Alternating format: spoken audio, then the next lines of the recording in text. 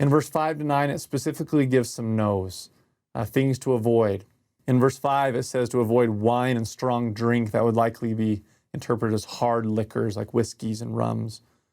So those are not good in the sight of God, and that wine should only be for your sacraments. And by the way, the early church for decades and decades will use wine for the sacrament.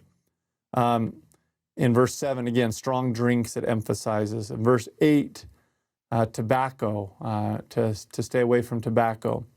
And in verse 9, hot drinks are not for the body or the belly.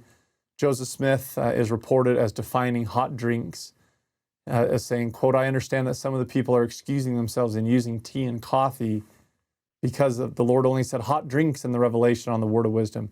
Tea and coffee are what the Lord meant when he said hot drinks. And modern prophets, seers, and revelators have repeatedly clarified on tea what tea means and what coffee means. I'm not going to go into that in this video with you. Prophets have also added some things that are not in here. This is from True to the Faith, quote, anything harmful that people purposely take into their bodies is not in harmony with the word of wisdom. This is especially true of illegal drugs, which can destroy those who become addicted to them. Stay entirely away from them. Do not experiment with them. The abuse of prescription drugs also leads to destructive addiction. So they've added drug abuse in there through statements like that. Nor should members use harmful or habit-forming substances except under the care of a competent physician. So they do add that clarification in there as well. There are some do's. We cannot overlook the do's. Now, it's interesting that it took 100 years for the don'ts to become cemented. And primarily, by the way, when we ask if we live the word of wisdom, we think of the don'ts. Who knows? Maybe it will take another 100 years for us to really start grasping the do's that are in there as well.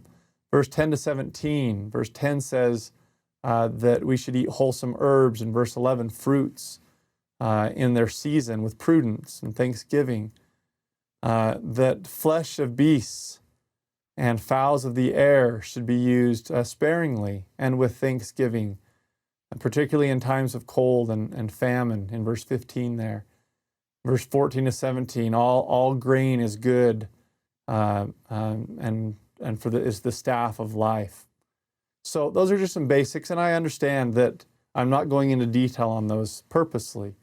I do not want to try to establish some mark that the church itself does not establish. That's the reason why I'm not trying to push or define here for you. You and I need to use these teachings from prophets and Scripture and make our own decisions. But then we also need to be careful about not imposing things that are not stated as general standards for the church. Let's not create general standards for other people. That's why I don't want to do that here or for you.